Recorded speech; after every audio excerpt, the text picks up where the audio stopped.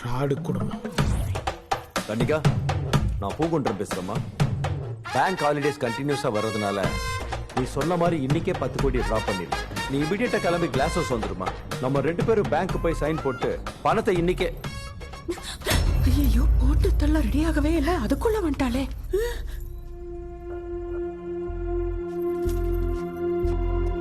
Sir, உங்க வாய்ஸ்ல ஒருத்தி பேசிட்டு இருக்கா, நீங்க சைலண்டா உட்கார்ந்திருக்கீங்க. என்னாச்சு சார் உங்களுக்கு? சார் சார், ஐயோ சார், என்னாச்சு சார்?